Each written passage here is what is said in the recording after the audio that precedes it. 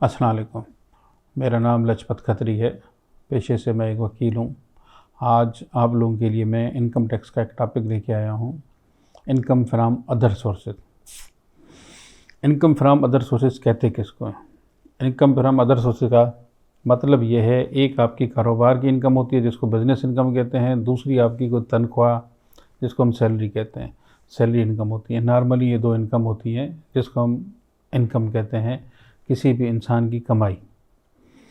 Income from other sources मतलब इन कमाइयों के अलावा आपके अदर सोर्सेज कौन कौन से इनकम के हैं और वो इनकम टैक्स रिटर्न में कहाँ कहाँ प्लेस होंगे और किस तरीके से होंगे, उसके बारे में ये सेक्शन 37 से लेकर सेक्शन 40 तक आपको बताता है। सेक्शन 38 है, 39 है और सेक्शन 40 है। 37 में आता है capital gain on securities. Section 37 कहता है कैपिटल गेन ऑन सिक्योरिटीज़, और कैपिटल गेन ऑन सिक्योरिटीज़ किसको कहते हैं और कैपिटल गेन किसको कहते हैं? कैपिटल गेन का मतलब यह है, कोई भी सिक्योरिटी, कोई भी चीज़ आपने लेके रखी। सिक्योरिटी का मतलब यह है कि कोई आपने शेयर्स हैं, कोई परचेज़ कर रखे हैं, वो आपके शेयर्स पड़े हुए हैं, आपने ख़रीदे, आपके वो 50 रुपये के थे, वो बढ़ के आपने रख दिए, साल के बाद उसकी वैल्यू 80 रुपये होगी, तो उनके बीच में वो आ गया कैपिटल गेन। दूसरा होता है, इसके अलावा दूसरा होता है कैपिटल से gain on sale of securities. वही सिक्योरिटीज़ जब आप बेचते हो तो उस पर कौन सा गेन लगता है? टैक्स लगता है।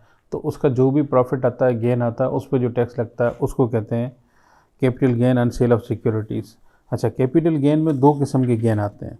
अब कैपिटल गेन में दो किस्म के कैसे आते हैं? एक तो आप सिक्योरिटीज़ जो रखते हो उस पर, दूसरा आप एसेट कोई रखते हो, जैसे प्रॉपर्टी कोई लेते हो। आपने प्रॉपर्टी ली, एक 5 लाख रुपए की प्रॉपर्टी ली, 5 लाख की प्रॉपर्टी आपने 1 साल के बाद बेची या 2 साल के बाद बेची, तो वो प्रॉपर्टी आपने बेची 7 या 8 लाख रुपए की। जो उसका जो डिफरेंस होता है उसको कहते हैं कैपिटल गेन। कैपिटल गेन पे फिर आप क्या करते हो, जब बेचते हो तो आप उस पर टैक्स हो जाता है, उस टैक्स को कहते हैं कैपिटल गेन टैक्स। अच्छा, वो कैपिटल गेन जो टैक्स होता है वो रेट्स गिवन है इनकम टैक्स ऑर्डिनेंस में। 15% से शुरू होता है और 2.5% तक है, और उसके बाद 6 साल के बाद ओपन जो प्लाट है उस पर कोई टैक्स नहीं होता है। और जो आपका फ्लैट होता है, जो मतलब कंस्ट्रक्टेड प्रॉपर्टी जिसको कहते हैं, चाहे बंगला होता है, उस पर जो टैक्स लगता है आपका, वो 4 साल तक लगता है। 4 साल के बाद उस प्रॉपर्टी पे कोई टैक्स नहीं होता है, गेन टैक्स जिसको कहते हैं, ठीक है ना, तो वो टैक्स नहीं लगता। लेकिन यहाँ एक और चीज़ मैं आपको क्लियर करता चलूँ, बहुत सारे लोग जो हैं, जो एक हम 236C section income tax ordinance का, उसके अंदर में हम टैक्स पे कर रहे होते हैं, उस टैक्स को समझते हैं ये गेन टैक्स है। उसकी डेफिनेशन जो है आम आदमी ने उसकी चेंज कर दी और उसको गेन टैक्स बोलना शुरू कर दिया, और शुरू से ही लोगों के जहन में बिठा दिया ये गेन टैक्स है। वो कभी भी गेन टैक्स नहीं है, वो आपका प्रॉपर्टी की सेल पे टैक्स है। देखिए, जब भी कोई प्रॉपर्टी आप बेचेंगे, चाहे उसमें आपको गेन हो चाहे लॉस हो, कुछ भी हो, उस प्रॉपर्टी पे आपको एक टैक्स देना है, उसको कहते हैं tax on sale of property. उसको कहते हैं, वो आता है अंडर सेक्शन 236C। तो इसका मतलब ये आप क्लियर कर लें अपने जहन में कि कभी भी 236C गेन टैक्स नहीं है। हाँ, ये टैक्स आपका एडजस्टेबल ज़रूर होता है। अगर आपने प्रॉपर्टी 4 साल से पहले बेची और आपको गेन हो रहा है, सपोज आपने 4 साल से पहले 3 साल के बाद बेची और बाकी 1 साल रह गया, उस पर आपका 2.5% गेन टैक्स लगता है। वो किस वैल्यू पे लगता है? वो वैल्यू ये होती है जो आपने ख़रीदी थी और जो बेच रहे हैं उसके बीच का जो डिफरेंस होता है। सपोज 10 लाख रुपये, 20 लाख रुपये, उस पे लगेगा। लेकिन जो 236C लगता है वो किस पे लगता है? वो सेल वैल्यू पे लगता है। आपने गाड़ी प्रॉपर्टी बेची 25 लाख रुपए की, तो पूरे 25 लाख पे वो 3% टैक्स लगेगा, तो उसको सेल टैक्स कहते हैं, वो गेन टैक्स नहीं है। तो इसलिए अपना जहन इस बारे में क्लियर कर लें कि गेन टैक्स और सेल टैक्स दोनों अलग अलग चीज़ें हैं। ये सेक्शन 37 में आता है, ठीक है। अच्छा, इसके अलावा इसके फार्मूले बिल्कुल गिवन है इनकम टैक्स ऑर्डिनेंस में, उसको भी आप देख सकते हैं। 37A का मतलब यही होता है, कोई भी शेयर होते हैं, सिक्योरिटीज़ मतलब शेयर्स, किसी भी कंपनी की सिक्योरिटीज़ हों, शेयर्स मतलब हों, वो आप लेके बेचते हैं। उसमें जो अगर आपको गेन आता है तो उसको, उस गेन पे जो टैक्स निकलता है उस टैक्स को कहते हैं कैपिटल गेन ऑन सिक्योरिटीज़। तो ये सिंपल है, जब आपने एक शेयर लिया 50 रुपये का, आपने बेचा 55 रुपये का, तो उसमें बीच में आपको गेन आ गया, उस गेन पे टैक्स होता है, तो उसको टैक्स कहते हैं, गेन टैक्स कहते हैं। ये आता है सेक्शन 37A में, ठीक है ना। इसके बाद आता है income from other sources, head है। इनकम फ्रॉम अदर सोर्सेज में बहुत सारे हेड आ जाते हैं, उसमें जो मुख्तलिफ हेड आते हैं उसके बारे में आपको थोड़ा थोड़ा बताता जाता हूँ। जो डिटेल में बताने के लिए आप मुझे पूछ सकते हैं। मेरी वीडियो आप लाइक करें, सब्सक्राइब करें, उसको चेक करें, उसमें बहुत सारी चीज़ें मैं आपको बताता रहूँगा। अगर किसी को कोई सवाल है, मेरा फ़ोन नंबर भी दिया हुआ है और मेरी वेबसाइट है DecentAssociates.com। उस पर भी आप क्वेश्चन डाल सकते हैं, अपनी क्वेरी डाल सकते हैं और सारी चीज़ें देख सकते हैं। मेरा फेसबुक पेज भी है, वो फेसबुक पेज भी डिसेंट एसोसिएट के नाम से है। उस पर भी आप अपना क्वेश्चन छोड़ सकते हैं, चीज़ें पूछ सकते हैं और मुझसे सवालात कर सकते हैं। अच्छा, अब आ गया टॉपिक ने। टॉपिक यहाँ आता है income from other sources. Other sources में क्या क्या आ जाता है? अब जैसे किसी को कोई डिविडेंड मिल रहा है, अब मैं क्या करता हूँ, मेरा एक कारोबार है, एक फैक्ट्री है, एक बिज़नेस है, लेकिन मेरी मतलब इंडिविजुअल नाम पे है, लजपत के नाम पे है, वो कारोबार कर रहा हूँ, उसका मैं बिज़नेस का टैक्स देता हूँ। लेकिन इसके साथ साथ मैंने शेयर्स लिए हुए हैं, 10 कंपनियों के शेयर लिए हुए हैं और 10 कंपनियों के शेयर मेरे पास 20 लाख रुपए के हैं और मैंने डिक्लेयर भी किए हुए। 20 लाख में क्या होता है, मोस्टली बड़ी बड़ी कंपनीज जो होती हैं वो सालाना डिविडेंड देती है। डिविडेंड किसको कहते हैं? डिविडेंड का मतलब है कोई भी कंपनी अपने अकाउंट्स फाइनल करती है, उसके ऊपर एक प्रॉफिट जनरेट करती है। उस प्रॉफिट में से क्या करते हैं, वो डिसाइड करते हैं कि वो लिस्टेड कंपनीज होती हैं, ठीक है। लिस्टेड कंपनी उसको कहते हैं जो स्टॉक एक्सचेंज में लिस्टेड हो और लिमिटेड कंपनी हो। वो क्या करती हैं कि वो अपने प्रॉफिट का एक पोर्शन जो होता है अपने शेयर होल्डर्स को डिस्ट्रीब्यूट कर देती हैं। एक सर्टेन रेशियो बनता है और जो प्रॉफिट डिस्ट्रीब्यूट होता है उसको कहते हैं डिविडेंड। वो डिविडेंड जब आपको देते हैं तो उस पर एक टैक्स भी काट लेते हैं, तो वो आ जाता है इनकम फ्रॉम अदर सोर्सेज में, पहली कैटेगरी है। अच्छा, डिविडेंड पे टैक्स 12.5% है, 15% है और 17.5% है। इस वक्त में जो टैक्स है वो 12.5 और 15% है इनकम टैक्स ऑर्डिनेंस के हिसाब से। अगर आपको कोई कंपनी 25,000 रुपये डिस्काउंट डिविडेंड दे रही है तो वो उस पर अपना पहले टैक्स काटेगी, आपके नाम पे जमा कराएगी और बाकी का पे ऑर्डर बना के आपको भेज देगी और उसका ज़ाहिर बात है टैक्स जमा होता है तो आपके अकाउंट में ऑटो आ जाता है और उसकी आपको CPR की भी, क्योंकि सिस्टम से निकल आती है, आजकल सारे सिस्टम ऑनलाइन है, तो इसलिए आपको किसी चीज़ की ज़रूरत नहीं पड़ती है। Income from royalty. अब रॉयल्टी किसको कहते हैं? अब रॉयल्टी ये है कि जैसे पाकिस्तान में होंडा मोटरसाइकिल है या होंडा गाड़ी है या टोयोटा गाड़ी है, ये लोग क्या करते हैं, जब पाकिस्तान में या किसी और मुल्क में अपनी गाड़ी बनाने की परमिशन देते हैं, उनकी इन्वेस्टमेंट भी होती है, लेकिन वो पर गाड़ी पे एक रॉयल्टी चार्ज करते हैं। देखिए, होंडा मोटरसाइकिल भी अपनी रॉयल्टी चार्ज करता है। रॉयल्टी का मतलब ये होता है वो अपना नाम और अपनी ब्रांड दे रहा होता है, क्योंकि उनके लोग भी होते हैं, क्वालिटीज़ भी चेक कर रहे होते हैं, चीज़ें भी होती हैं, आप उनके स्टैंडर्ड्स पे काम करते हो, उनके पैरामीटर्स पे काम करते हो और उसी की लेवल की, उसी के मयार की आप चीज़ देते हो। जब उसके मयार की और क्वालिटी की जब चीज़ देते हो और वही उनके स्टैंडर्ड आप मेंटेन करते हो इंटरनेशनल लेवल पे, तो वो आपसे अपनी ब्रांड का या अपनी जो वो ब्रांड आपको दे रहे हैं, जैसे होंडा नाम दे रहे हैं और होंडा नाम का, वो उससे आपकी रॉयल्टी लेते हैं इंटरनेशनल लेवल पे। हर मुल्क से अपने टर्म में कंडीशन पे होती है वो रॉयल्टी जो होती है। अच्छा, अगर हम किसी को अपनी ब्रांड दे रहे हैं तो हम उनसे रॉयल्टी लेंगे, तो उस रॉयल्टी की इनकम को भी इनकम फ्रॉम अदर सोर्सेज कहा जाता है। प्रॉफिट एंड डेट सबसे इम्पोर्टेंट, जो हमारे मुल्क में इस वक्त में बहुत सारे लोग जो हैं वो एक इनकम जनरेट करने अपना profit and debt. Profit and debt का मतलब ये आपने कहीं इन्वेस्टमेंट की हुई है कैश और उस पर जो आप प्रॉफिट ले रहे हैं, जिसको हमारी ज़ुबान में हम बहुत सारे लोग सूद भी कहते हैं। जब आप बैंक में पैसे रख रहे हो, बैंक आपको उस पर प्रॉफिट दे रही है, तो बैंक आपका टैक्स काट देती है और टैक्स कितना काटती है? 15% टैक्स काटती है। तो 15% काट के जो आपकी पूरी इनकम आ रही है, तो पूरी इनकम आपकी हो जाती है इनकम फ्रॉम अदर सोर्सेज, वो आपकी इन्वेस्टमेंट है। अच्छा, 15% टैक्स है, लेकिन वो किस हद तक है? वो आपकी एक लिमिट फिक्स कर दी गई है 5 मिलियन।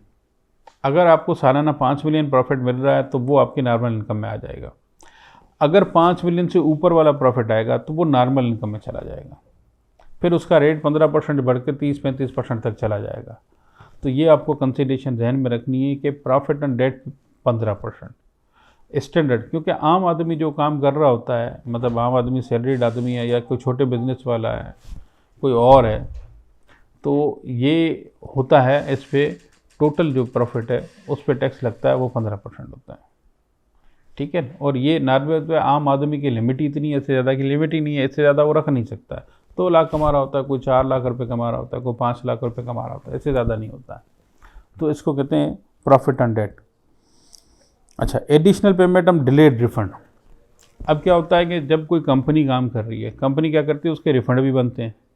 उसके जो रिफ़ंड बनते हैं, उस रिफ़ंड को अगर वो डिले हो रहा होता है, अगर मेरा रिफ़ंड डिले हो गया, मैंने इनकम टैक्स में अप्लाई किया, इनकम टैक्स में अप्लाई करने के बाद मेरा रिफ़ंड अप्रूव हो गया, रिफ़ंड अप्रूव करने के बाद एक पेमेंट करने का टर्म कंडीशन होती है, कभी मुझे ये पेमेंट 30 दिन में या 40 दिन में या 60 दिन में या 15 दिन में मिल जाएगी।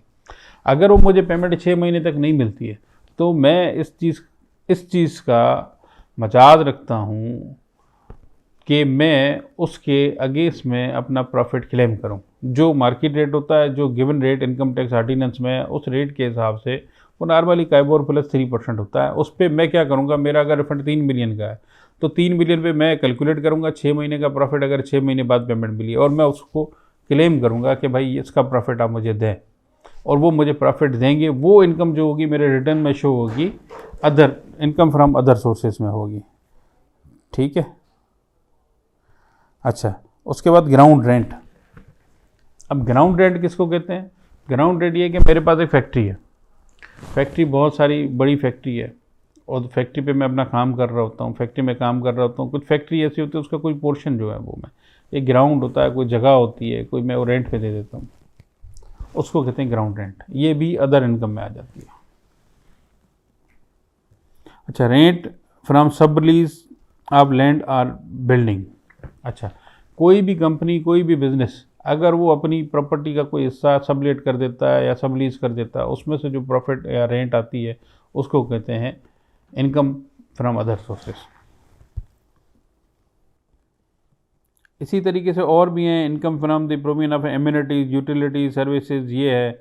इसके अलावा एनी अदर इनकम। अच्छा, कुछ लोग ऐसे होते हैं जो सैलरीड पर्सन होते हैं, रिटायर्ड होने के बाद उनको और प्रॉफिट मिल रहा होता है, प्रॉफिट नहीं, उनको पेंशन मिल रही होती है। जो पेंशन उनकी एक्यूमुलेट जमा हो जाती है, 4 महीने, 6 महीने, 8 महीने तक नहीं मिली, तो उसको एन्युटी पेंशन जिसको कहते हैं, या जिसकी पेंशन पूरी लाइफ की जमा है, वो पेंशन जिस टाइम पे उठाता है उसको भी जाके क्लेम करें में किस जगह पे डालेंगे, वो भी अदर सोर्सेज या अदर इनकम में आ जाता है। ठीक है। अच्छा, उसके बाद है प्राइस बॉन्ड। अच्छा, प्राइस बॉन्ड, रेफेल, जो जो और जो चीज़ें होती हैं, जो लॉटरी जिसको हम कहते हैं, और सारी चीज़ें होती हैं, मिल रहे होते हैं, जो प्राइजेस मिल रहे होते हैं, उस प्राइजेस सारे होते हैं, उन पे भी एक टैक्स, सर्टेन टैक्स लगता है। वो टैक्स काट के आपको पैसे मिलते हैं हमेशा, और उसको भी जो हम कैटेगराइज करते हैं, इनकम फ्रॉम अदर सोर्सेज करते हैं। अब जाहिर बात है, आपने एक प्राइस बॉन्ड लिया 20,000 रुपये, उसमें आपके 20 लाख का इनाम खुल गया, तो उसमें 15% टैक्स कट जाएगा, बाकी आपको मिल जाएगा। तो इसमें जो भी आपको इनकम आती है, इसको इनकम फ्रॉम अदर सोर्सेज कहते हैं। अच्छा, income received from the consideration for the provision use of the exploitation of the property, grant, right, exploit natural resources. अब कोई भी आप, अगर कोई किसी की लैंड है, उस लैंड में से कोई चीज़ निकल रही है, ठीक है ना, उसके अगेंस्ट में गवर्नमेंट को पैसे पे करने होते हैं, वो भी, या कोई आपकी रेंट जगह है, उसमें से कोई चीज़ वो निकाल के ले जा रहा है, या वो जो इनकम आ रही है उसकी, हाँ, वो अपनी जगह पे अगर कोई देता है कि भाई परमिशन देता है, और जगह ऑटोमेटिकली, वैसे तो हमारे पास तो गवर्नमेंट की हो जाती है, अगर गवर्नमेंट उसको उसके अगेंस्ट में कोई एक सर्टेन अमाउंट ऑफ उसकी दे रही है इनकम की, तो उसको भी कहते हैं इनकम फ्रॉम अदर सोर्सेज। ठीक है।